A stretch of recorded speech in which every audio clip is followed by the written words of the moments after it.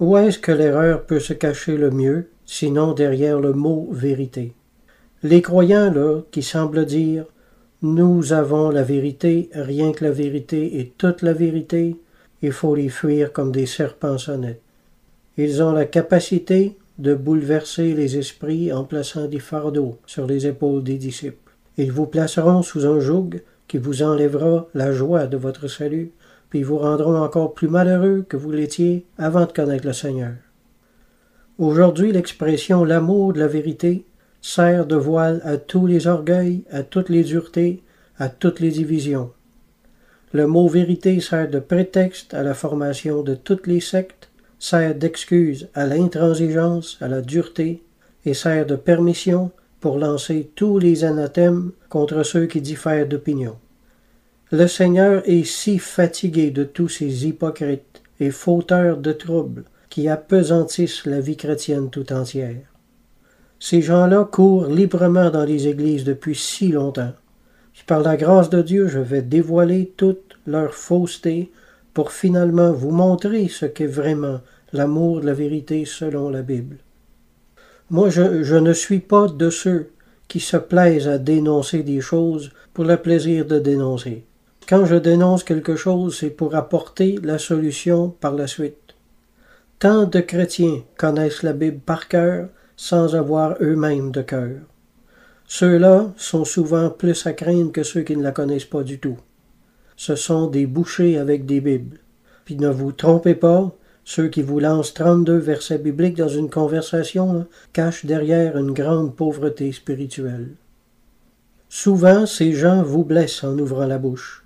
Ils vous parlent grossièrement, n'emploient jamais de gants blancs. Il peut arriver qu'en dernier recours, Dieu ait quelque chose d'important à nous dire, de nature à nous blesser un peu. Mais nous sentons qu'il nous blesse avec amour. Nous sentons en nous-mêmes que la voix qui nous corrige est une voix qui nous aime. Tandis que les légalistes parlent d'une manière injurieuse et se corrompent dans ce qu'ils savent naturellement comme les brutes. Jude 10. La voix de Jésus est douce, rassurante, chaude et édifiante. Tous ceux qui l'ont entendue la reconnaissent et veulent l'entendre encore. La voix de Jésus n'est pas comme les autres voix. Sa voix perce au milieu d'un millier d'autres. Elle est perçue par tous les cœurs qu'il aime. Tout le monde respectera ce que vous croyez si vous n'essayez pas de le leur enfoncer dans la gorge. Tout le monde écoutera ce que vous avez à dire si vous parlez avec une attitude qui laisse libre. Mais celui qui est dogmatique perdra des amis précieux. L'étude de la Bible est l'endroit préféré où vont demeurer les croyants qui ont le cœur endurci et qui ont peu ou pas de charité fraternelle. C'est comme s'ils essayaient de pallier à un manque, le manque de charité. Ils essaient de pallier leur manque de charité par une overdose de connaissances bibliques.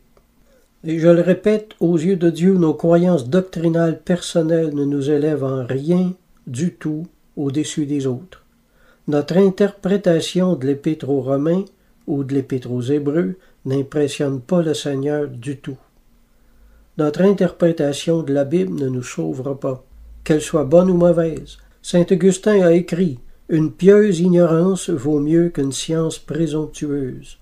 L'ignorance jointe à la piété vaut mieux qu'une science infatuée d'elle-même. » Alors, frères et sœurs, si vous ne lisez pas la Bible à tous les jours pendant 2 heures, là, Dieu va vous aimer quand même. Soyez sans inquiétude. Mettez-vous en garde contre ceux qui ont un esprit de religion, c'est-à-dire qui sont inflexibles et ne font consister leur salut qu'à la surface théologique de la Bible. Ils vous feront beaucoup de mal et bouleverseront même vos familles si vous les laissez faire. Ils feront tout ça au nom de la vérité biblique, puis ils n'auront aucun remords de conscience à le faire, leur conscience ayant été cautérisée, c'est-à-dire devenue insensible, indifférent, dur, sévère, cruel, impitoyable, inflexible, sourde, impassible, froide, endurcie, blindée. Il y a des chrétiens comme ça à peu près dans chaque église. Mettez-vous en garde contre eux. Ces chrétiens vivent encore sous l'Ancien Testament, puis ils essaient d'y ramener les autres. Ils ne sont pas heureux et veulent empêcher les autres de l'être. Ils voudraient remplacer l'Évangile par le Deutéronome s'ils étaient capables, et vous rendre malheureux avec eux. Leur interprétation de la Bible est horrible. Ils ont continuellement le fouet sur la langue. Ils s'imaginent ressembler au Seigneur. Là. Refaites la lecture de l'Évangile selon Jean, que j'appelle l'Évangile de la vérité. Le mot vérité y est mentionné 75 fois, et pas une seule fois elle n'est en rapport avec la théologie ou les croyances. Les ivraies dans l'Église connaissent la Bible, mais pas la grâce.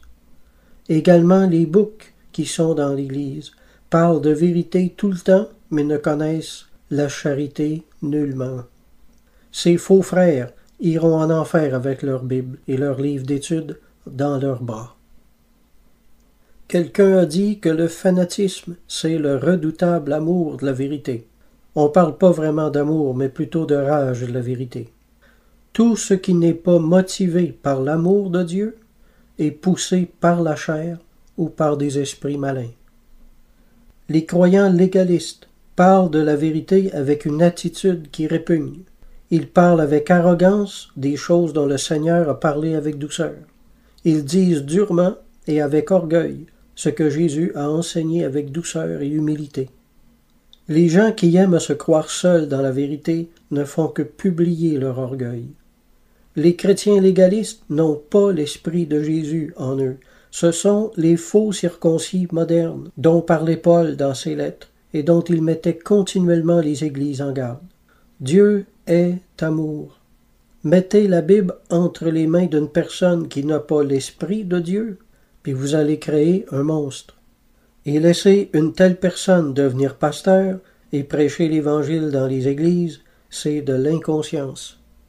Je dis que les écoles bibliques devraient être beaucoup plus sélectives.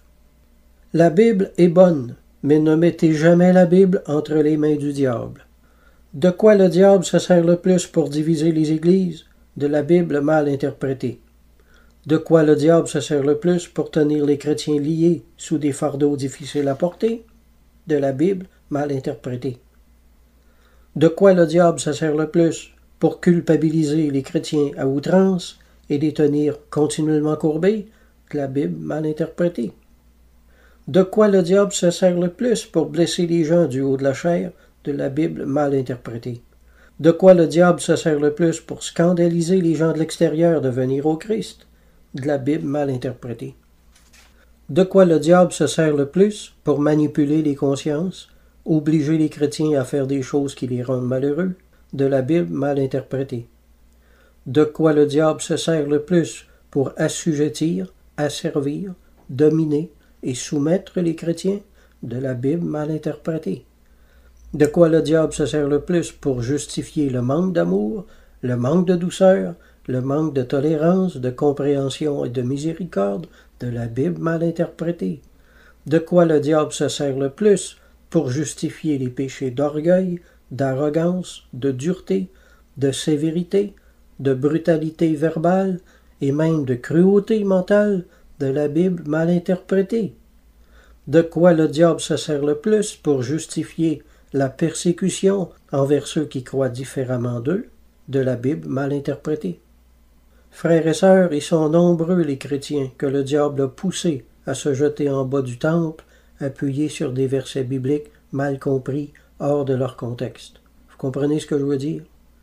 Vous voyez combien il est important que vous connaissiez quelle sorte de cœur possède celui qui vous enseigne en avant le dimanche, selon qu'il est écrit « L'homme bon tire de bonnes choses du bon trésor de son cœur, et le méchant tire de mauvaises choses de son mauvais trésor. Car c'est de l'abondance du cœur que la bouche parle. » Luc 6, 45. 1 Timothée 1, 5-7. Le but du commandement, c'est une charité venant d'un cœur pur, d'une bonne conscience et d'une foi sincère. Quelques-uns, s'étant détournés de ces choses, se sont égarés dans de vains discours. Ils veulent être docteurs de la loi. Premièrement, ils veulent, sous-entendant qu'il s'agit là d'une initiative personnelle. Concernant n'importe quel ministère, ce n'est pas celui qui veut, ni celui qui court, mais de celui que le Seigneur appelle. Sans appel du Seigneur, il ne s'agit que d'une vaine poursuite de gloire personnelle. Résultat, ils enseignent, mais ils ne comprennent ni ce qu'ils disent, ni ce qu'ils affirment.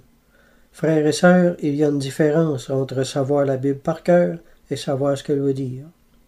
Ne faites pas confiance à n'importe qui. Écoutez ceux qui vous édifient, fuyez ceux qui vous mortifient. Bouchez-vous les oreilles avec des épines plutôt que de leur donner accès à votre âme. À ceux qui aspirent à enseigner, laissez-moi vous donner un conseil précieux. Si vous voulez vraiment plaire au Seigneur, mettez votre zèle à cultiver les fruits de l'esprit. Cultivez l'humilité, la pureté sexuelle, la pureté d'intention. Excellez en miséricorde, en amour fraternel, en bonnes œuvres. Cultivez l'élargissement de vos entrailles et la tolérance doctrinale. Apprenez à consoler ceux qui pleurent et à fortifier les faibles. Ne perdez pas le temps à faire les petits docteurs de la Bible ou à jouer aux petits prophètes. C'est tellement pas à ça que Dieu nous appelle. J'ai à peu près 40 ans de vie chrétienne derrière moi. Puis aujourd'hui, je peux dire que de 0 à 15 ans, là, dans le Seigneur, on est encore des bébés dans la foi. De 0 à 15 ans, lisez la Bible pour vous-même et non pour l'enseigner aux autres. Puis tout ce que je dis là, je l'ai appris de mes erreurs. Partagez ce que le Seigneur fait dans votre vie, mais n'enseignez pas. Enseignez ça, vous pourrez toujours le faire plus tard. Vous pourrez commencer à enseigner quand vous aurez entre 15 et 20 ans dans le Seigneur, pas avant. Même 30 ans, c'est encore mieux. Vous saurez le dire et le reconnaître vous-même arrivé à 30 ou 40 ans dans le Seigneur, vous allez regarder en arrière et vous allez dire « Mon Dieu, ce que j'ai pu enseigner de bêtises et mal conseiller les gens. » Les non-croyants ont un proverbe dans le monde. Si tu sais pas comment le faire, enseigne-le. Ne leur ressemblons pas. La vie chrétienne doit être expérimentée afin d'être comprise et de pouvoir en parler ensuite.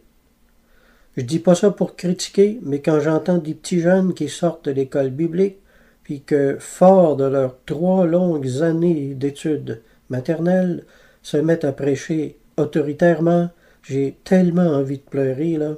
Ils lancent des tas de paroles dans les airs pendant des heures le dimanche. Il y a très peu ou pas de nourriture dans tout ce qu'ils disent.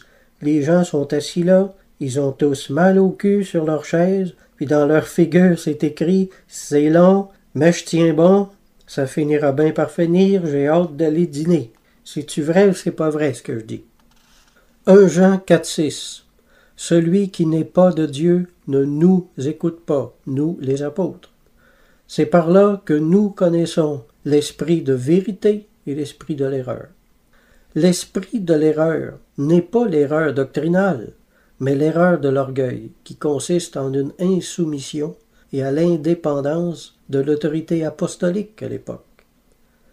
L'unité de l'Église chez les premiers croyants était excessivement importante. Jean dit ici que ceux qui reniaient l'autorité des apôtres et se séparaient de l'Église n'étaient pas de Dieu. Alors nous voyons que dans la Bible, la vérité et l'erreur ne font pas référence à la théologie. L'esprit de la vérité, c'est l'amour de l'unité. Et l'esprit de l'erreur, c'est un esprit de secte, une influence diabolique dans laquelle glissaient certaines personnes à l'époque. Se séparer de l'autorité du collège apostolique, c'était se séparer de Christ, avec tout ce que ça implique. Alors c'était une question très grave. Quelqu'un me dit un jour, bon, il n'y a rien que la vérité qui sauve. OK.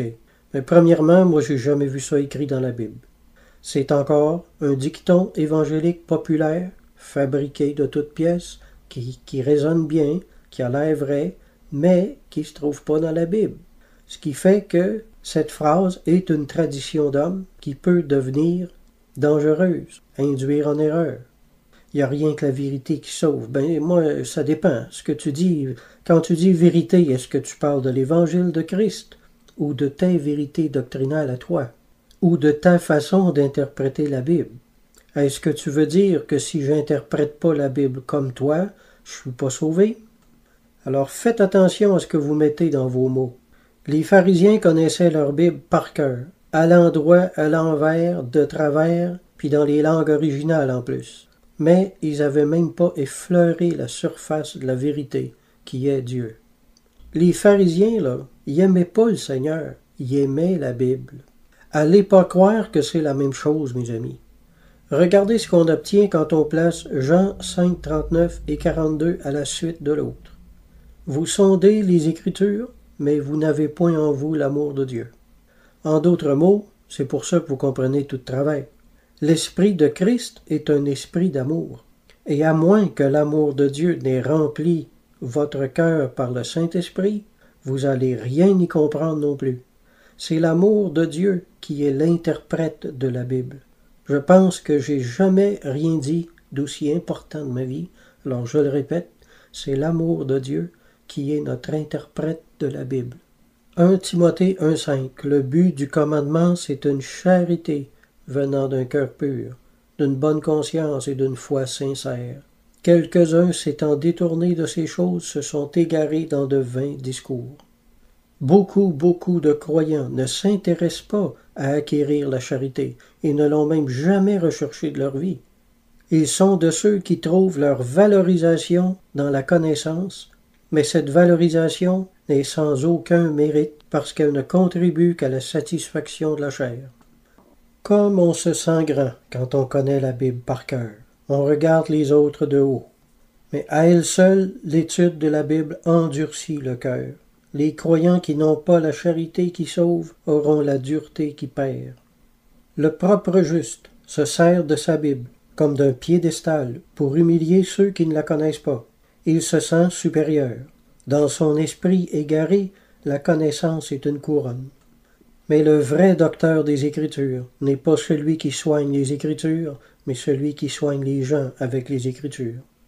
Ce que le jeune chrétien doit faire après sa conversion, c'est pas d'apprendre la Bible par cœur, c'est de prier, c'est d'aspirer, rechercher avidement à reproduire le caractère de la charité décrite en 1 Corinthiens 13.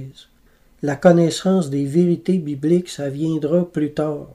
Dieu nous a donné la Bible comme il nous a donné la terre, pour en tirer nourriture et subsistance. La terre nous a été donnée pour nous nourrir, non pour en faire de la boue et pour lancer à la figure des autres. Dieu nous a fait beaucoup confiance en nous donnant sa parole, sachant que l'homme peut, avec la même Bible, donner la vie ou donner la mort autour de lui. On ne sera même pas jugé à ce que nous aurons cru, mais on sera jugé à la charité que nous aurons eue ou n'aurons pas eue. Matthieu 25, 31-46. Beaucoup pourtant appuient encore leur salut sur leur théologie et négligent totalement la sanctification de leur cœur. Ils foncent droit dans un mur, tous ceux qui élèvent leur précieuse vérité au-dessus de la charité. Connaître la Bible par cœur sans la charité, c'est que de la religion. On ne peut pas arriver à la vérité seulement à lire la parole écrite. Ce n'est pas la parole qui conduit dans toute la vérité, mais l'esprit. Ce n'est pas l'étude de la parole qui donne le Saint-Esprit, mais l'étude de l'esprit qui donne un sens à la parole.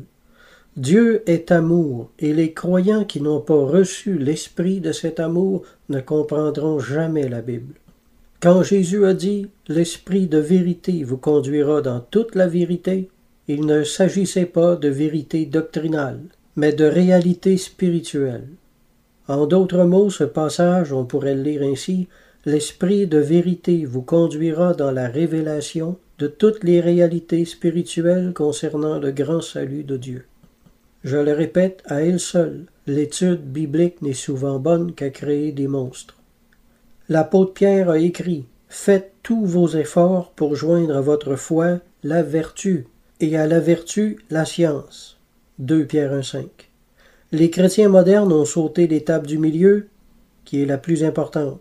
Ils ont joint à la foi immédiatement la science, la connaissance biblique, oubliant que la découverte et la compréhension des mystères de Christ est impossible aux âmes qui n'ont pas acquise une vertu éprouvée et un caractère à la ressemblance de Christ. Ne me dis pas ce que tu crois, montre-moi comment tu ressembles à Jésus. Un cerveau meublé trop rapidement laisse le cœur vide, puis ce vide, c'est l'ennemi qui va le remplir. Il n'y a jamais de vide dans la vie spirituelle. Ce que le Seigneur ne remplit pas, c'est le diable qui va le remplir. Il y a beaucoup d'ivraies dans nos églises. Il y a beaucoup de croyants, entre guillemets, qui sont par nature encore sans cœur ni miséricorde. Mais celui qui n'a pas l'Esprit de Christ ne lui appartient pas. Leur donner une Bible, c'est comme mettre une épée dans la main d'un aveugle, hein? Restez pas autour. L'étude des Écritures ne devrait être autorisée qu'à ceux qui ont d'abord prouvé avoir reçu l'Esprit avec l'évidence de posséder un cœur de chair. Jean 5, 39. Vous sondez les Écritures parce que vous pensez avoir en elles la vie éternelle. Tous les chrétiens qui sondent les Écritures ne sont pas obligatoirement sauvés, ni même d'authentiques chrétiens, loin de là. Les docteurs de la loi se donnaient la mort à eux-mêmes avec la loi parce qu'ils se cramponnaient à leur cœur dur. Les biblicains ne sont pas de meilleurs chrétiens pour autant. La Bible ne sauve pas, Jésus sauve. Peu importe les bonnes doctrines auxquelles tu penses adhérer dans ta tête, là, si ta foi et ton espérance de salut ne reposent que sur ta belle connaissance biblique, tu es perdu. Tu as besoin d'une rencontre personnelle avec Christ, sinon tu es un croyant malheureux, misérable, pauvre, aveugle et nu. Et possiblement, tu n'es pas né de nouveau encore. Tu es malheureux, misérable, pauvre, aveugle et nu, je te conseille d'acheter de moi un collier pour oindre tes yeux afin que tu vois. Je te conseille d'étudier la Bible davantage. Non, Jésus dit, je te conseille d'acheter de moi un collier pour oindre tes yeux afin que tu vois. L'homme qui ne s'est pas vu comme Dieu le voit est encore dans ses péchés. Si vous n'avez pas ça, là, si vous n'avez pas cette connaissance-là de vous-même, vous ne savez pas l'ABC de la vie chrétienne. Aujourd'hui, les chrétiens qui connaissent beaucoup la Bible sont regardés comme des chrétiens forts, des héros, là, presque comme une race supérieure dans certains milieux. Mais détrompez-vous, c'est tellement faux. Les pires scélérats que j'ai connus, les pires abuseurs de confiance, les trompeurs, les pires brutes dans les églises, je les ai trouvés très souvent parmi les gens qui avaient toujours le nez dans la Bible. Étrangement, là, ils connaissaient beaucoup la Bible, mais très peu le Seigneur. Car Dieu est amour, et eux, tout à l'inverse, étaient des taureaux avec une Bible. Vous en connaissez des gens comme ça? Il y en a à peu près dans toutes les églises. C'est pas difficile à trouver. N'allez pas croire que vous savez tout sur Dieu parce que vous savez tout sur la Bible. Tant de chrétiens sont incapables de parler sans jeter 36 versets bibliques dans la conversation.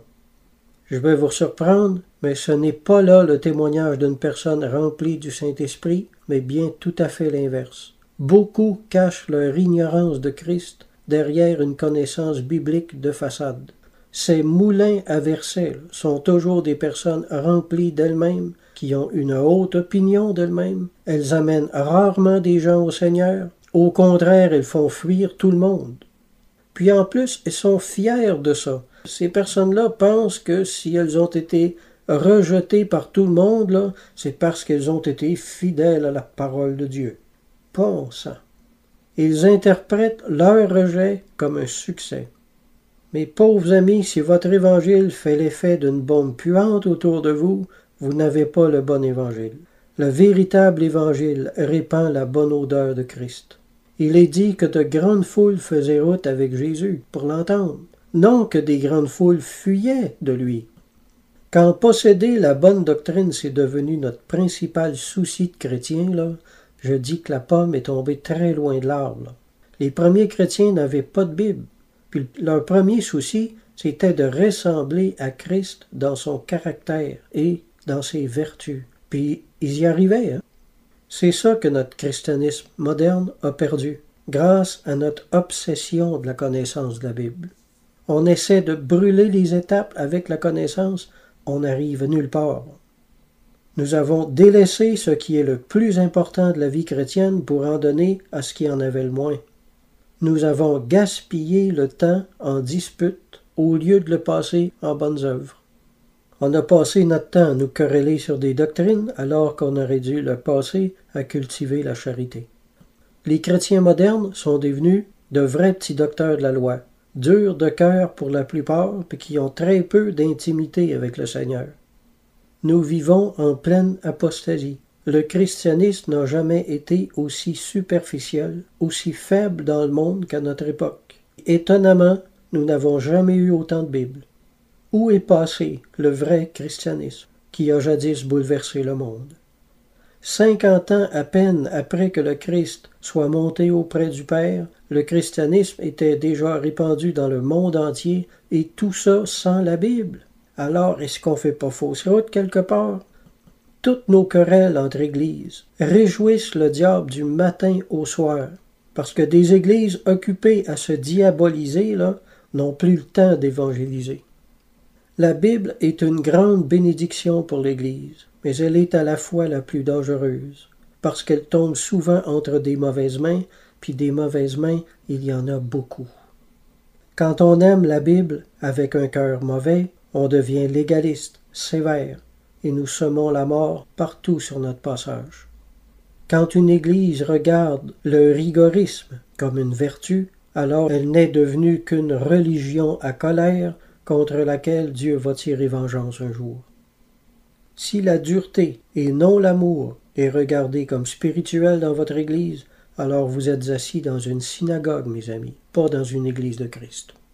Frères et sœurs, si notre spiritualité ne mène pas à la charité, alors il ne s'agit pas de spiritualité, mais d'une vaine enflure. Jean 6, 23. L'Esprit vous conduira dans toute la vérité. Oui, mais est-ce que l'Esprit de Jésus est automatiquement venu habiter en chaque chrétien? En Actes chapitre 8 et 19, nous voyons des personnes qui avaient cru en Jésus, mais sans avoir reçu l'Esprit de Jésus. Et aujourd'hui, l'Église en est remplie de ces croyants-là. Alors leur condition spirituelle ne les qualifie pas du tout pour interpréter les Écritures.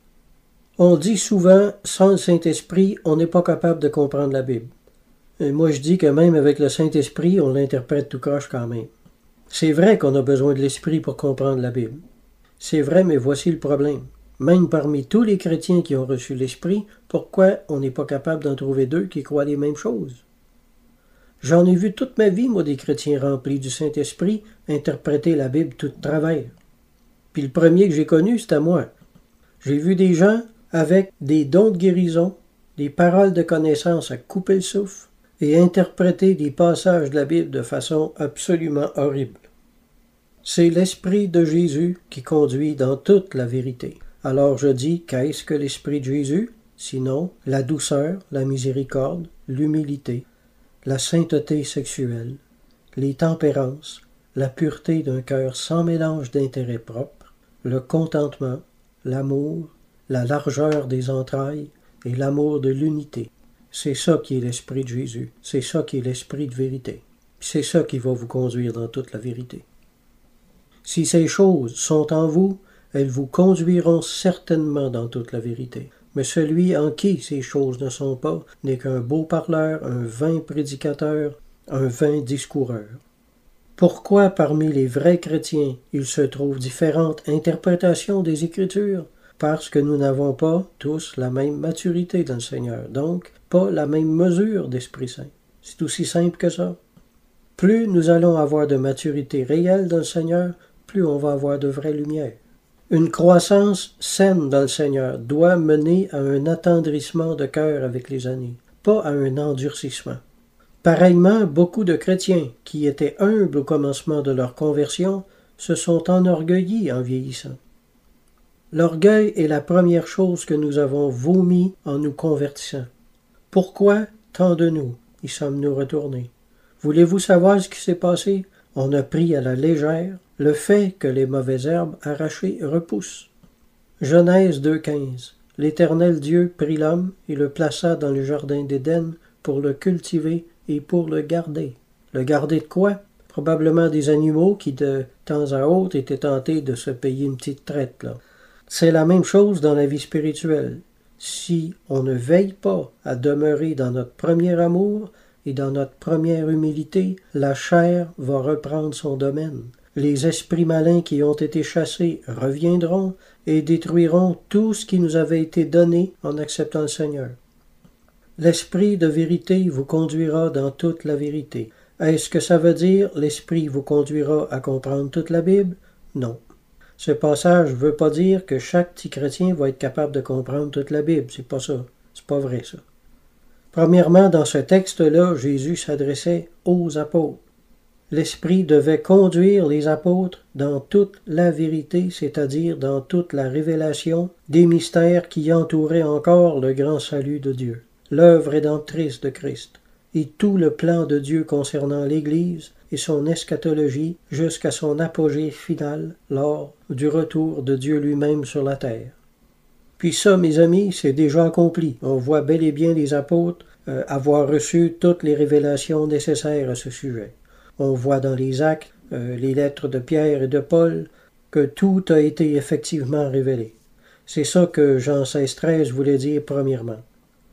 Maintenant, pour nous aujourd'hui, pour le commun des chrétiens, ce passage prend un deuxième sens, très intéressant. L'Esprit vous conduira dans toute la vérité, c'est-à-dire dans tout le caractère et ressemblance à Jésus.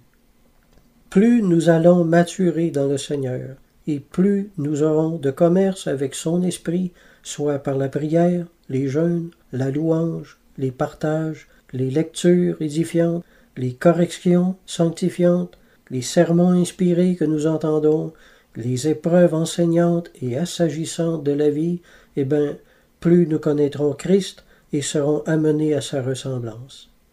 Être conduit dans toute la vérité, c'est être amené dans toute sa sainteté, toute sa ressemblance de caractère, de cœur et de vertu.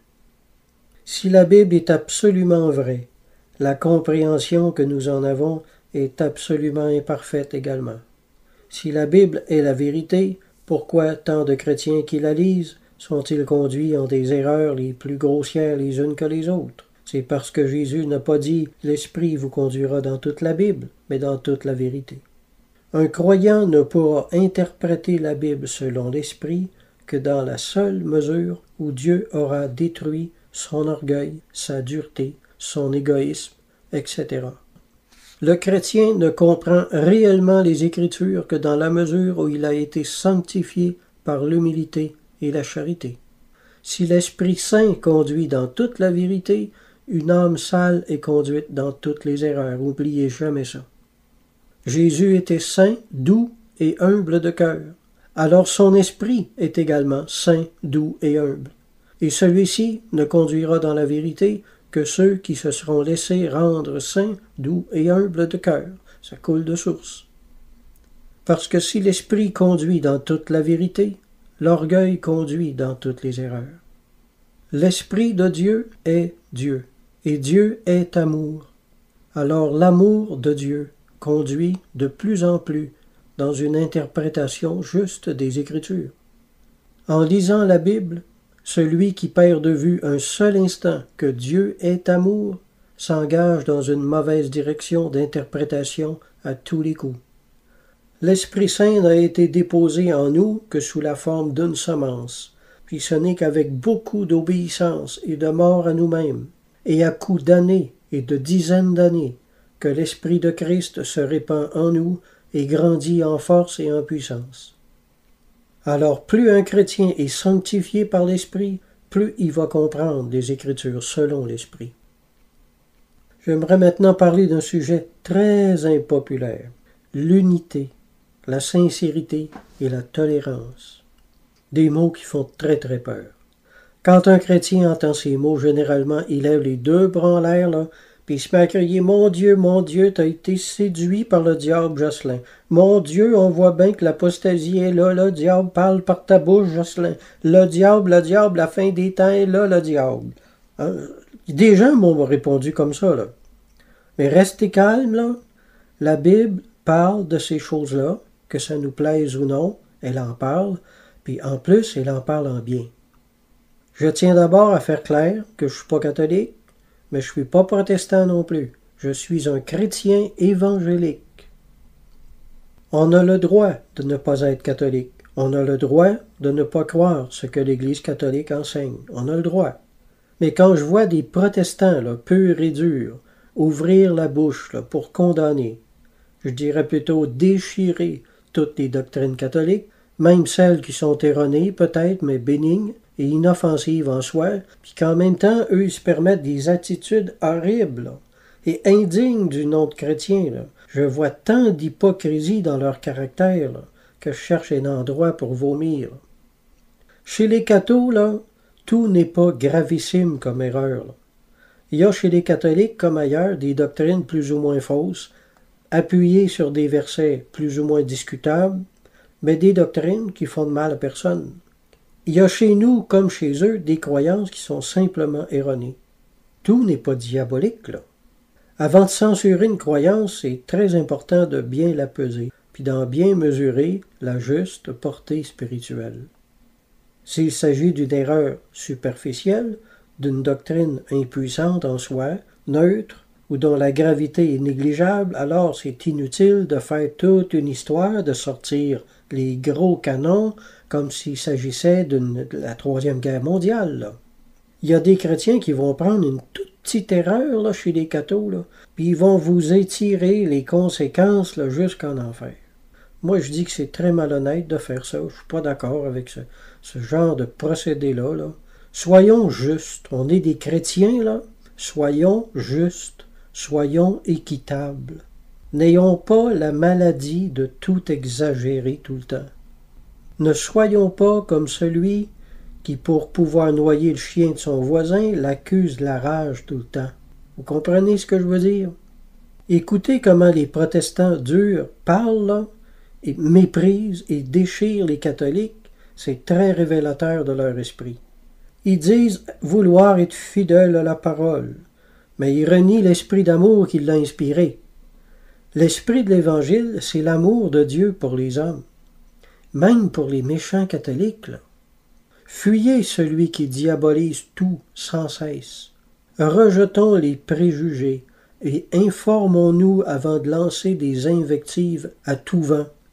Moi, je vois tous les jours là, sur Facebook des chrétiens rouer les catholiques de coups comme des vrais sauvages, là, pour des croyances qui font de mal à personne en réalité, là.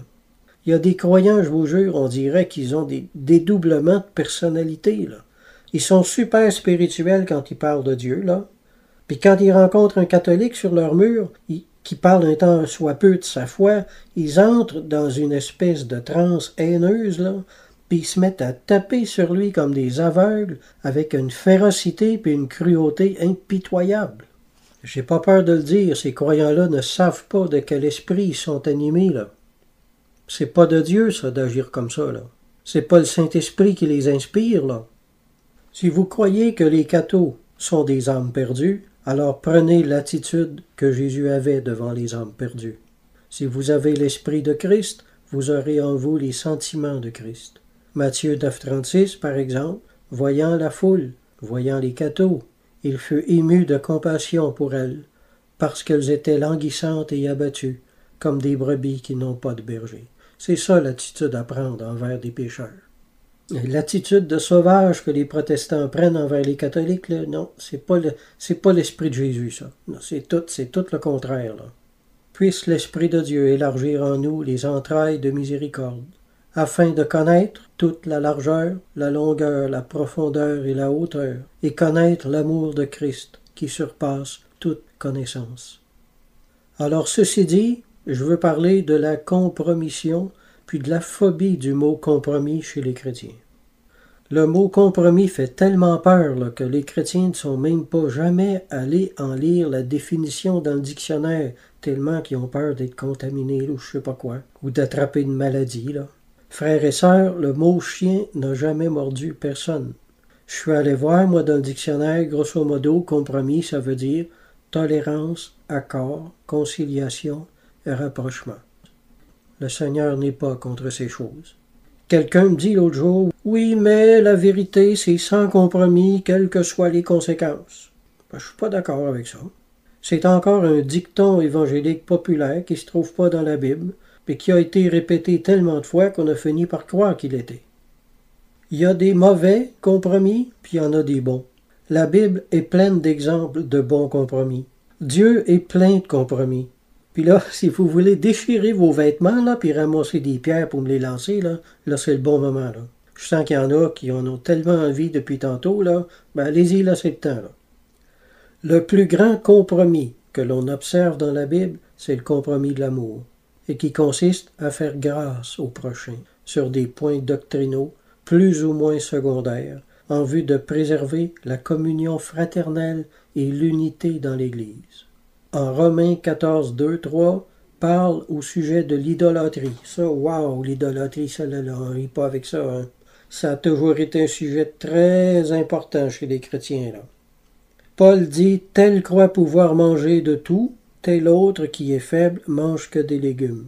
Que celui qui mange ne méprise point celui qui ne mange pas, et que celui qui ne mange pas ne juge point celui qui mange, car Dieu l'a accueilli lui aussi. » On parle des viandes sacrifiées aux idoles. Le chrétien pouvait-il en manger ou pas? Cette histoire-là, là, ça a failli faire éclater l'Église en 1000 morceaux, là. Paul s'amène, lui, puis il règle la question en 2 coups de crayon, en 2 phrases, qui se résument simplement comme suit. Par amour, tolérez-vous en opinion et faites compromis pour préserver l'unité fraternelle dans l'Église. Le Seigneur n'est pas contre la tolérance. La Bible nous exhorte longuement à faire des compromis pour la paix et pour conserver l'unité chrétienne dans l'Église. En Éphésiens 4, Romains chapitres 14 et 15, et beaucoup d'autres passages semblables. Ces chapitres-là là, se trouvent dans toutes les Bibles, là, même dans la vôtre, pas juste dans la mienne. Il y a aussi les compromis à ne pas faire. Par exemple, à propos des dogmes évangéliques. Saviez-vous qu'il existe des dogmes évangéliques?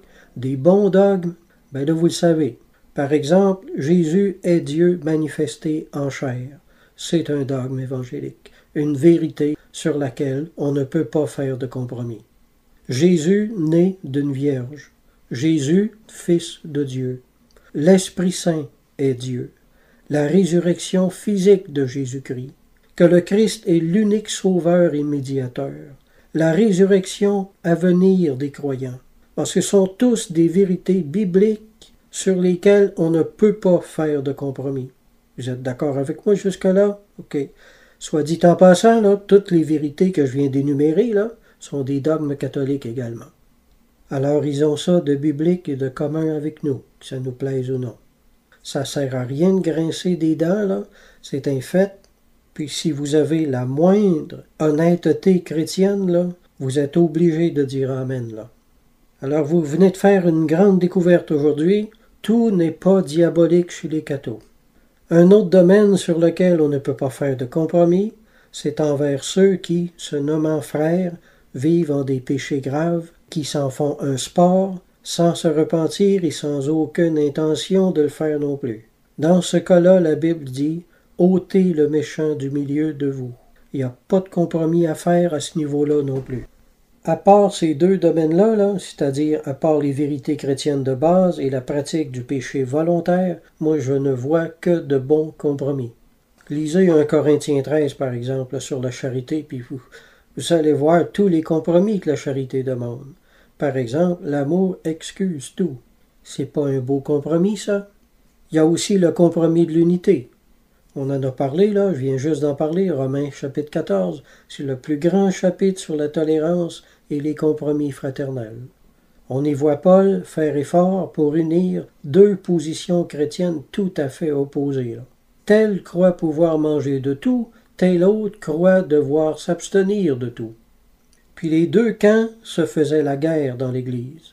Il y a un parti accusait l'autre de participer à une pratique idolâtrique, et l'autre les traitait de bébés lalais sans discernement.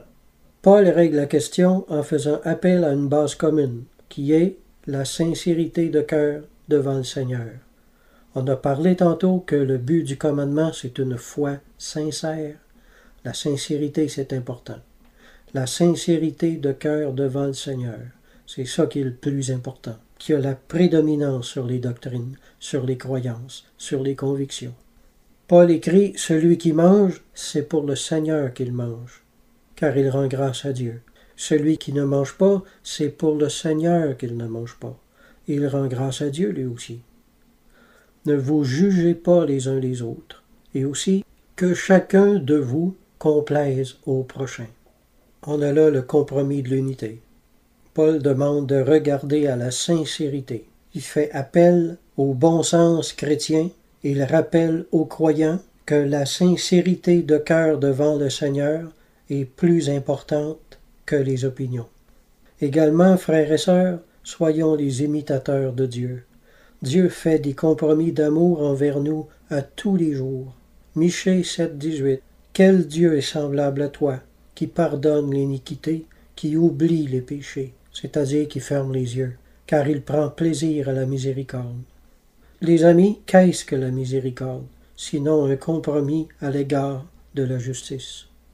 Si Dieu voudrait être parfaitement juste, là, on aurait plusieurs coups de verge à chaque jour pour tous nos péchés, nos manquements et nos omissions. Mais Dieu fait compromis à sa propre justice et nous fait miséricorde. Psaume 103,10. Il ne nous traite pas selon nos péchés, il ne nous punit pas selon nos iniquités. Nous voyons que Dieu lui-même fait des compromis envers sa propre justice pour l'amour de nous. Alors les compromis fraternels que nous faisons pour l'amour de la paix ne sont pas des faiblesses ou des péchés, mais des vertus. C'est la vertu de charité. Et par cette charité, nous nous rendons semblables à Dieu. Soyons les imitateurs de Dieu. Paul aussi faisait beaucoup de compromis en évangélisant. Je cite, « Car bien que je sois libre à l'égard de tous, je me suis rendu le serviteur de tous, afin de gagner le plus grand nombre. Avec les Juifs, j'ai été comme Juif, afin de gagner les Juifs. Avec ceux qui sont sous la loi, comme sous la loi. Avec ceux qui sont sans loi, comme sans loi. J'ai été faible avec les faibles, afin de gagner les faibles. Je me suis fait tout à tous, afin d'en sauver de toute manière quelques-uns. » Les compromis qu'il a reprochés à Pierre de faire en Galates chapitre 2, il les a fait plus tard lui-même au centuple. Ici, on le voit. À l'époque, Paul était jeune et un peu prétentieux. Il a voulu faire son petit coq et se croire plus grand que l'apôtre Pierre devant tout le monde, mais le Seigneur a fini par lui montrer que c'était Pierre qui avait raison, que c'était lui qui était dans l'erreur. On voit ici le compromis de l'évangéliste, qui ferme les yeux sur beaucoup de choses afin de gagner les âmes, selon qu'il est écrit en Ésaïe 42,19, « Qui est aveugle, sinon mon serviteur, et sourd, comme un messager que j'envoie, qui est aveugle, comme l'ami de Dieu, aveugle comme le serviteur de l'Éternel. » L'évangélique a un autre dicton. La sincérité, c'est pas la vérité, car la sincérité ne sauve pas. On en a parlé un peu tantôt de la sincérité. On a vu que ça comptait pour tout. Moi, d'après ce que je vois dans la Bible, la sincérité est déjà de la vérité. Quelqu'un d'autre me dit, mais on peut être sincère et complètement à côté de la plaque. Être sincère ne veut pas dire qu'on est dans la vérité. Je lui ai répondu, être sincère dans sa foi, c'est le milieu de la plaque. La sincérité fait foi de tout aux yeux du Seigneur, comme on l'a vu tantôt. Rappelons-nous de la pauvre veuve qui, dans son innocence, est allée donner aux pharisiens tout ce qu'elle avait pour vivre. Le moins qu'on puisse dire, c'est qu'elle n'a vraiment pas eu de discernement et l'a donné aux ennemis de Jésus. Cependant, le Seigneur dit qu'aux yeux de Dieu, elle avait donné plus que tout le monde, sous-entendant qu'elle allait en avoir une récompense un jour. Cette veuve était dans l'erreur, mais avait le cœur au bon endroit. Dans son cœur, là, c'est au Seigneur qu'elle donnait. Puis Jésus a dit que Dieu allait la récompenser pour ça. Il y a beaucoup d'exemples de ce genre-là dans la Bible, où nous constatons que Dieu regarde à la sincérité de cœur et non aux pratiques extérieures. Puis là, je pense aux cathos, là où ils s'en trouvent qui servent le Seigneur avec sincérité et selon leur connaissance. Je me dis, peu importe leur erreur, Dieu regarde leur cœur. Devenons les imitateurs de Dieu. Encore à propos de la sincérité, Jérémie 29, 13-14, « Vous me chercherez et vous me trouverez, si vous me cherchez de tout votre cœur, je me laisserai trouver par vous. » On voit ici le salut côte à côte avec la sincérité. Alors, frères et sœurs, éprouvez les dictons évangéliques pour savoir s'ils sont de Dieu ou s'il s'agit d'une tradition d'homme qui contredit la Bible. Jésus a dit, « Si vous saviez ce que signifie « je prends plaisir à la miséricorde », vous n'auriez pas condamné des innocents. » À la lumière de cette parole-là, tout le sens des autres Écritures pivote et nous remet dans le vrai contexte d'une interprétation biblique miséricordieuse à l'égard de notre prochain.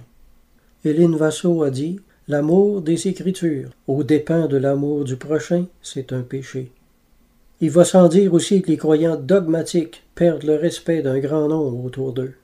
On a rarement du respect pour ceux qui ont le dédain de nous. Dieu ne déteste pas les compromis.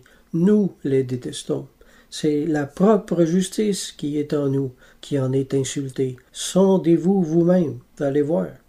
Un autre exemple, l'Écriture dit « Supportez les faibles, usez de patience envers tous ». Il y a ici encore le compromis de la patience envers les faibles. Le Seigneur n'est pas contre ces choses non plus. Matthieu 1, 19. Joseph, son époux, qui était un homme juste et qui ne voulait pas la diffamer, se proposa de rompre secrètement avec elle.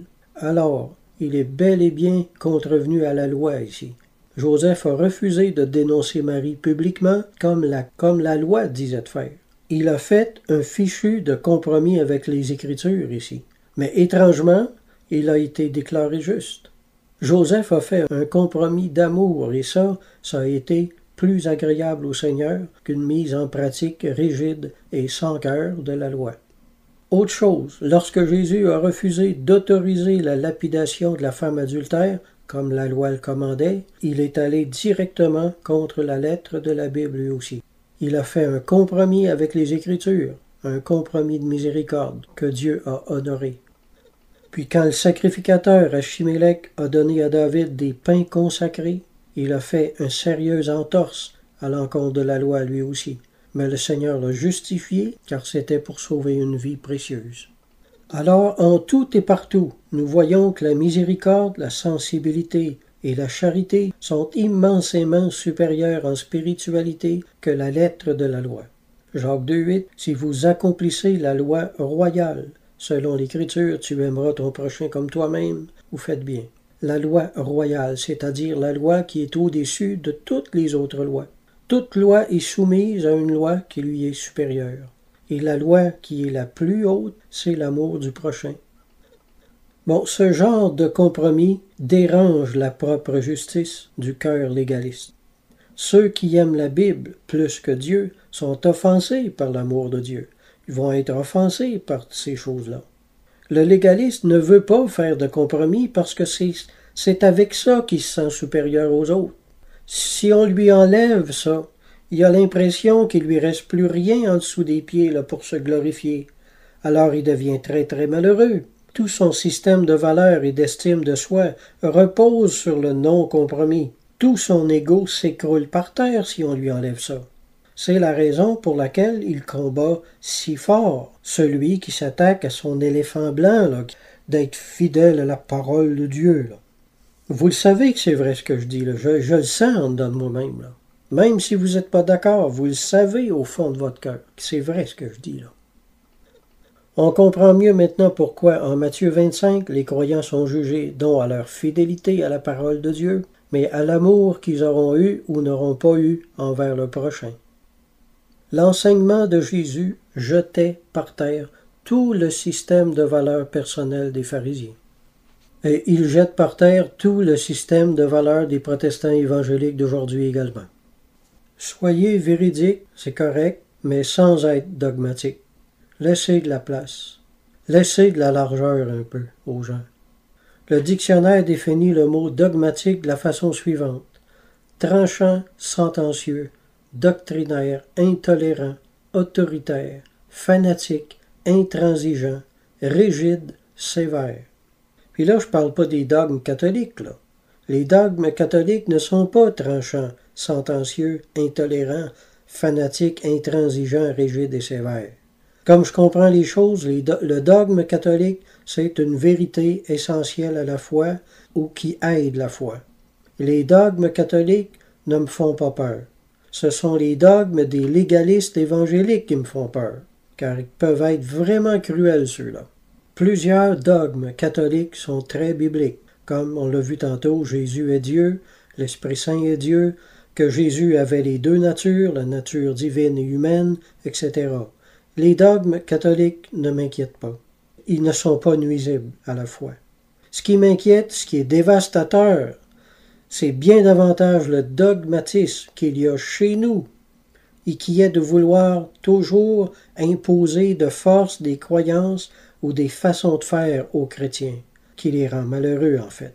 Il y a beaucoup de légalisme dans nos églises, de dureté, de sévérité, d'autoritarisme et de manque horrible de compassion en général. Et Dieu merci, vous trouverez pas ça chez les cathos, ces choses-là. Au lieu de pointer du doigt les 9 dogmes de l'Église catholique, on devrait bien plutôt regarder les milliers et les dizaines de milliers de nos faux prophètes et de nos mauvais pasteurs qui nous contraignent à les suivre sous peine d'anathème, qui nous imposent leur enseignement, nous dictent autoritairement leur ligne de conduite dans nos églises, qui nous vident les poches pour s'enrichir, qui rendent notre marche chrétienne lourde et rendent tout le monde malheureux. Je trouve très hypocrite cette manie des protestants de toujours pointer leur doigt sur les fautes de l'Église catholique, alors qu'eux font 1000 fois pire à peu près dans tous les domaines. Martin Luther disait « Chaque croyant possède le droit de lire la parole et de l'interpréter selon sa conscience. » OK. Mais moi je dis, si tu veux interpréter la Bible selon ta conscience, fais-le. Mais alors, n'impose pas ta conscience sur celle des autres. Et je remarque que la majorité des croyants qui s'attribuent le droit et la liberté d'interpréter la Bible selon leur conscience essaient en même temps de la retirer aux autres. Si le catholique croit que le Christ est bel et bien dans les éléments de la Sainte Seine, laisse-le tranquille. La Bible dit « Ceci est mon corps et ceci est mon sang ». Le catho y voit la présence réelle du Seigneur. Il interprète la Bible selon sa conscience. Pourquoi tu le diabolises? Laisse-les tranquilles. C'est son droit. Pourquoi tu réclames le droit d'interpréter la Bible selon ta conscience et que tu essaies de retirer ce même droit aux autres, espèce d'hypocrite? Les protestants condamnent, ils jugent, ils diabolisent tous ceux qui ne croient pas comme eux, qui n'interprètent pas la Bible comme eux. Frères et sœurs, tous ceux qui dogmatisent leurs croyances personnelles et diabolisent celles des autres ne sont que des hypocrites religieux. Les gens légalistes et dogmatiques n'ont pas l'esprit de Jésus en eux. Au lieu de juger avec miséricorde, ils condamnent avec dureté et même avec sauvagerie. Ces gens-là ne méritent pas d'avoir une Bible entre les mains. Il est indigne d'un chrétien de se faire un fouet de la Bible pour frapper sur les autres, pour frapper sur les cathos. Les protestants prennent la Bible et en frappent le catholique avec fureur. Moi je vous le dis, mes petits salauds, Dieu vous jugera un jour avec la même sévérité que vous avez jugé les autres. Vous ne pourrez plus vous cacher derrière votre Bible ou vos versets tordus. Le jugement sera sans miséricorde pour celui qui n'a pas fait miséricorde. Repentez-vous et accordez désormais de la latitude doctrinale aux autres si vous voulez que Dieu vous en donne. Vivre et laisser vivre, croire et laisser croire. Avec la Bible vient la tentation de l'imposer. Puis moi j'ai vu par expérience que ceux qui vous imposent leur interprétation de la Bible sont toujours dans l'erreur. L'absence de compassion, d'indulgence et de tolérance fraternelle est toujours la marque d'une âme réprouvée et près d'être maudite. Si vous n'avez pas l'amour des âmes, l'amour des gens, cessez de dire que vous êtes fidèle à la parole de Dieu, parce que vous en êtes à 1000 lieues. Je le dis très solennellement, si vous avez la vérité sans la charité, vous irez en enfer avec votre vérité. Vous irez en enfer avec votre Bible dans les mains. Le jugement de Dieu sera sans compromis pour ceux qui étaient sans compromis. Être dans la vérité maintenant, encore une expression biblique utilisée hors de son contexte par le légaliste. Une expression biblique qui sert de masque et de paravent à beaucoup d'activités charnelles. Les pharisiens croyaient en un salut par la doctrine. Cette foule qui ne connaît pas la loi, ce sont des maudits, disait-il. Jean 7, 49. Le salut pharisien, c'était un bon gros salut, bien dur, bien froid, sans amour puis bien radical, comme les légalistes l'adorent encore aujourd'hui. Dans la bouche de certains chrétiens, quand ils disent « je suis dans la vérité », ils veulent plutôt dire que tous les autres sont dans l'erreur. Être dans la vérité, pour eux, se réfère à leur interprétation personnelle de la Bible. Si vous interprétez la Bible comme eux, vous serez dans la vérité. Dans le cas contraire, vous êtes dans l'erreur. Alors ils ne sont pas dans la vérité, mais ils sont dans l'orgueil. Embrasser toutes les doctrines protestantes, ça ne vous sauvera pas. Prouver aux catholiques qu'il est dans l'erreur ne vous sauvera pas non plus. Il y a des tas de personnes qui iront en enfer avec leur vérité, parce que la vérité doctrinale ne sauve pas. C'est l'amour de la vérité qui sauve. Un sincère attachement amoureux à Jésus-Christ et à son évangile est la seule chose qui sauvera votre âme. La vérité, ce n'est pas un ensemble de doctrines qu'il faut croire ou ne pas croire.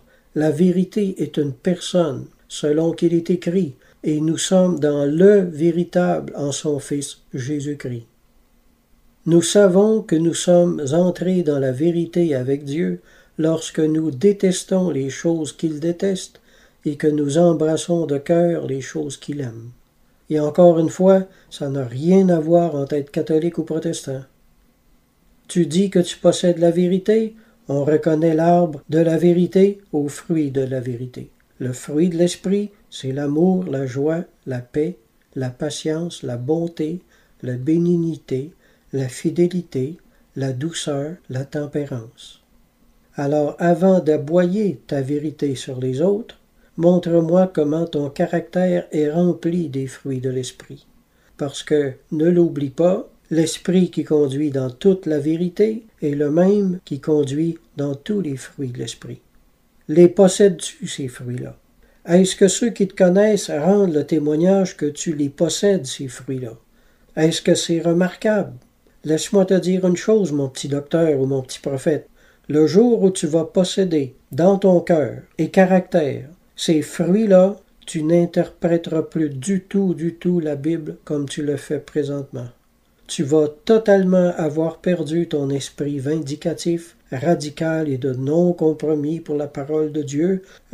Celui qui possède les fruits de l'esprit en lui perd toute arrogance, toute insolence, toute hauteur et toute infatuation. Ne dis pas que tu es dans la vérité si tu manques d'amour envers tes frères, parce que la vérité, c'est l'amour. Si tu cesses de visiter, par exemple, ou d'adresser la parole à ton frère parce qu'il a changé d'église, tu n'as pas la fidélité, fruit de l'esprit. Une amitié qui se termine est une amitié qui n'a jamais commencé, n'était pas établie sur des bases spirituelles. C'est le propre de ceux qui sont dans l'erreur absolue de se croire dans la vérité absolue.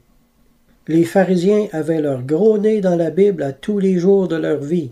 Pourtant, ils étaient religieux à faire peur. Être religieux, c'est être dur, c'est être radical, c'est d'être sans compromis. Envers personne. Pas de miséricorde pour personne. Si tu es vraiment dans la vérité, tu vas donc posséder le caractère de la vérité. Si tu es vraiment dans la vérité, cette vérité te rendra semblable au véritable. Dans le cas contraire, c'est que tu n'es jamais né de nouveau. Quand Jésus a dit « Je suis la vérité », il ne voulait pas dire « Je suis la théologie » ou « Je suis la bonne doctrine ». Il faisait plutôt référence à sa nature même. Le mot « vérité » prend donc le sens de révélation. En disant « Je suis la vérité », Jésus voulait dire « Je suis la révélation de Dieu ». Jésus était la révélation personnifiée de Dieu. Hébreux 1, 2, 3. Dieu, dans ces derniers temps, nous a parlé par le Fils, étant le reflet de sa gloire et l'empreinte de sa personne. Jésus n'est pas descendu sur la terre avec un paquet de doctrines. Il est venu représenter le caractère de Dieu. Jésus était la révélation du cœur de Dieu, de son amour, de sa puissance, de sa gloire, de son caractère et de ses attributs, ce qui n'a rien à voir avec des doctrines à croire ou ne pas croire, rien à voir avec le fait d'être catholique ou protestant, orthodoxe ou baptiste.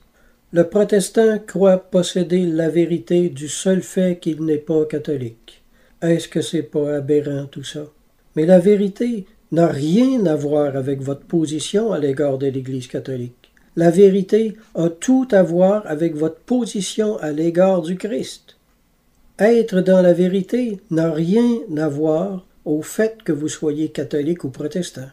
Le protestant et le catholique peuvent être dans la vérité ou être dans l'erreur tous les deux. C'est leur relation personnelle avec Christ qui fait foi de tout, pas leurs croyances respectives. C'est la position en Christ qui définit le chrétien, pas les doctrines, pas les églises, pas les pratiques extérieures. Être dans la vérité, c'est être en paix avec Dieu par la foi en Jésus-Christ, puis c'est de marcher selon le commandement de son amour. Être dans l'erreur, c'est le rejet de Jésus-Christ, c'est une marche contraire à la charité.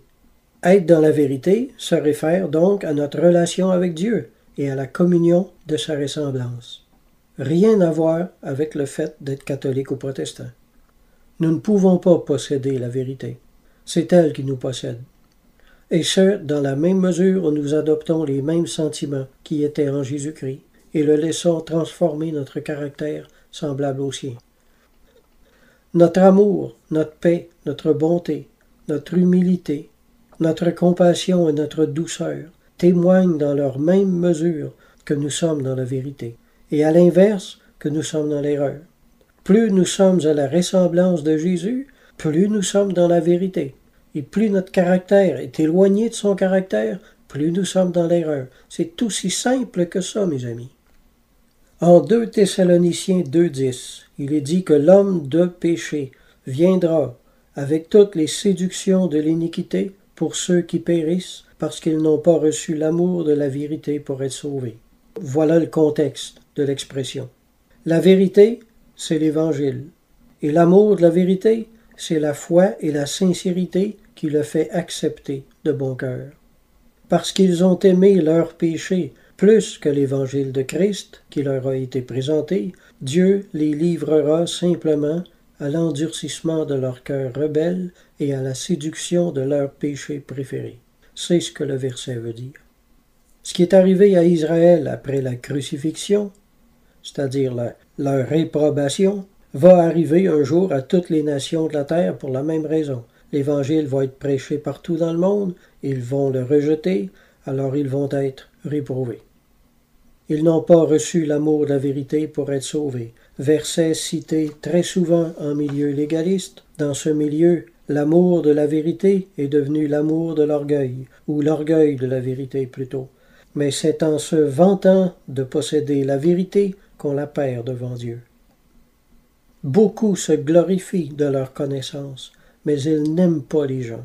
Ils aiment seulement leur écraser leur Bible dans la figure.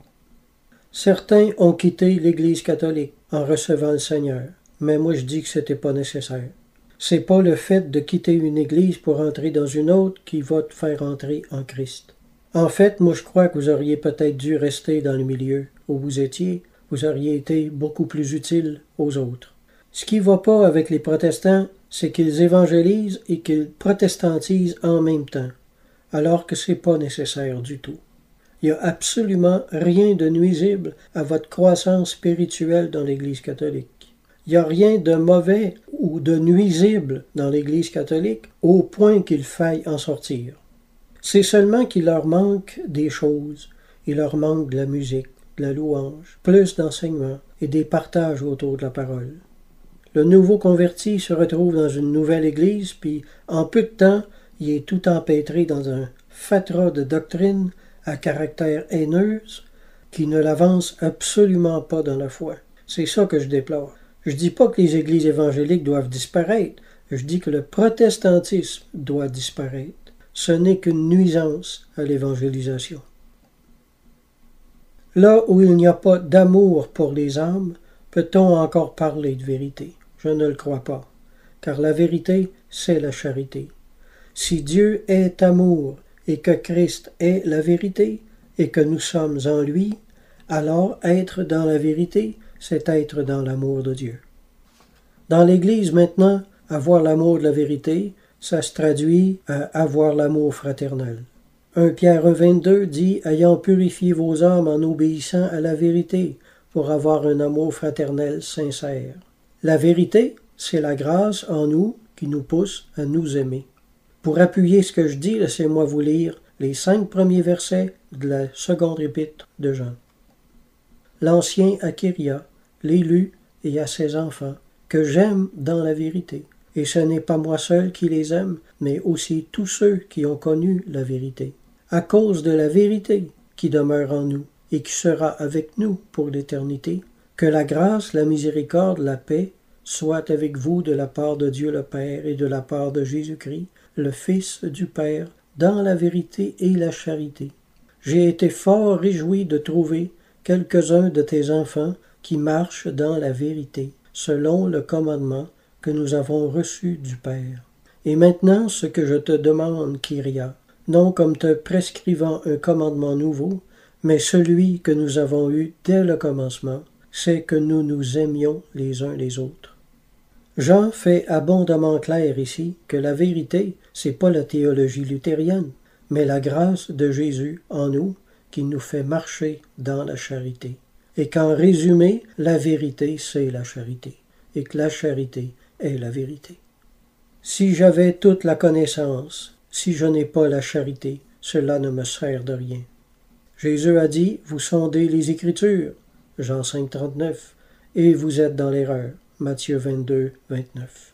C'est la teneur du cœur qui fait la vérité. Le cœur dur demeure dans l'erreur. Beaucoup ont le zèle de la vérité, mais pas l'amour de la vérité. Ce que plusieurs appellent l'amour de la vérité, c'est plutôt l'amour d'avoir le dernier mot, d'avoir raison, l'amour de la vaine gloire, l'amour de l'argument, surtout l'amour de condamner ses adversaires. Celui qui a un esprit de dispute n'admettra pas qu'il entretient et obéit à un esprit malin. Il dira de lui-même qu'il a l'amour de la vérité. Mes frères et sœurs, ce ne serait pas la première fois que la chair, pour échapper à la croix, donne un nom saint à un sale péché. Même si on lui donne le nom d'amour de la vérité, l'esprit de dispute est toujours un esprit malin auquel on donne accès. C'est quelque chose de très sérieux. Beaucoup de chrétiens laissent volontairement un esprit malin entrer en eux pour briser l'unité de l'Église au nom de la vérité. Moi je dis, si tu veux faire partie d'une Église, fais-le bien. Sois soumis à l'autorité et travaille de pair avec elle dans l'harmonie, puis en marchant dans la même direction que le leadership, d'un même cœur, d'une même âme. Puis si, pour toutes sortes de raisons que ce soit, tu peux pas faire ça, là, à cet endroit-là, ben, au lieu d'attirer un châtiment sur toi-même, là, va chercher un endroit où tu vas pouvoir le faire. Tu vas rendre tout le monde heureux, puis tu vas être beaucoup plus heureux toi-même. C'est une chose vile que de faire au nom de la vérité ce que la vérité interdit de faire. Je parle des disputes, des querelles et des divisions. Dans un deuxième temps, avoir l'amour de la vérité, c'est également avoir reçu l'amour de l'humilité, qui se traduit en une soumission de cœur, qui ne refuse jamais d'être corrigé par un frère ou une sœur. À notre conversion, notre esprit s'est courbé devant celui du Seigneur. C'est ce qui lui a permis de nous éclairer et de transformer notre cœur. Alors comment en sommes-nous venus à oser imposer la vérité alors que nous l'avons reçue par la douceur? Si tu veux être radical en quelque chose, sois radical dans l'exercice de la charité. Si tu frappes du poing sur la table en parlant de Dieu ou de la Bible, c'est que tu n'as absolument rien compris au christianisme. Tu viens de faire la preuve que tu n'as jamais reçu l'Esprit de Christ ou que tu as totalement rétrogradé quelque part.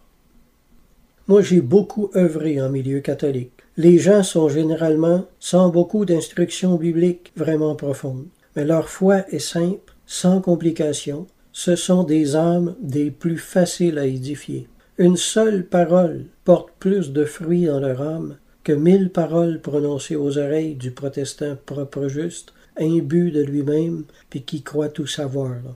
Croyez-moi, j'en ai fait l'expérience bien des fois. Les protestants qui étudient la Bible peuvent être des personnes les plus endurcies au Saint-Esprit qui existent. Une correction sur le cœur orgueilleux ne fait que l'endurcir davantage. Et quiconque ne connaît pas son propre orgueil vit dans un aveuglement qui va lui être mortel. Le ministère de la vérité est de nous rendre comme elle, douce, humble, aimante, miséricordieuse, charitable en jugement. Le plus noble accomplissement du chrétien, c'est d'arriver enfin à posséder un cœur calqué sur le cœur de Jésus. Tout le reste n'est que vantardise, vaine gloire, enflure de l'intelligence qui mène à la perdition.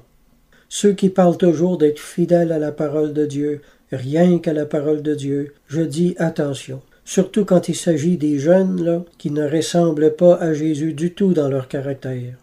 Méfiez-vous de l'enfant qui cite les Écritures. Vous comprenez ce que je veux dire? Ils veulent être docteurs de la loi.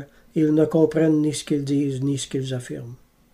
Si vous n'avez pas eu une révélation de l'amour de Dieu qui a changé votre vie, vous ne comprenez rien à la parole écrite. Peu importe que vous l'étudiez, nuit et jour depuis 15 ans. Le légaliste ne marche pas par l'esprit et ne veut pas laisser les autres y marcher.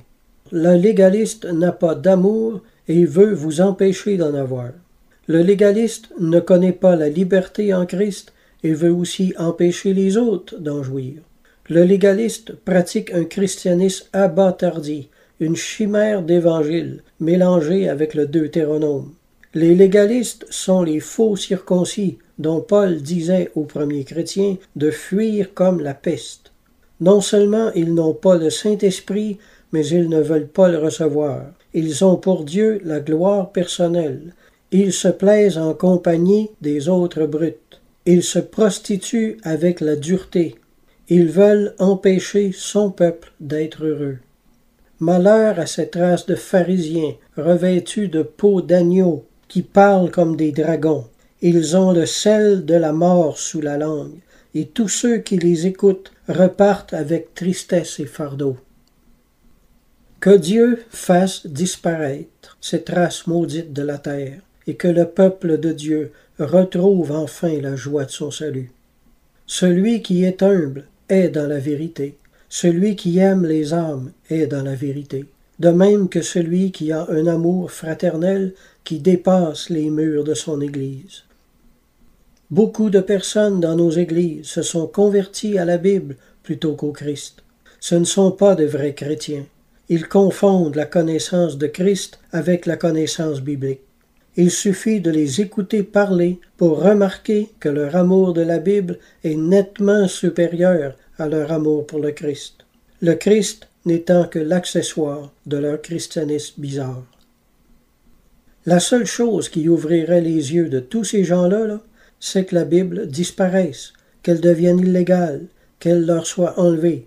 Ils verraient et comprendraient à quel point ils étaient en réalité pauvres, misérables, aveugles et nus spirituellement. Sans leur Bible, ils ne sauraient plus du tout vers quoi se tourner. Ils seraient comme ces vierges folles qui vont s'éveiller, en panique, en réalisant qu'ils n'ont plus d'huile dans leur lampe.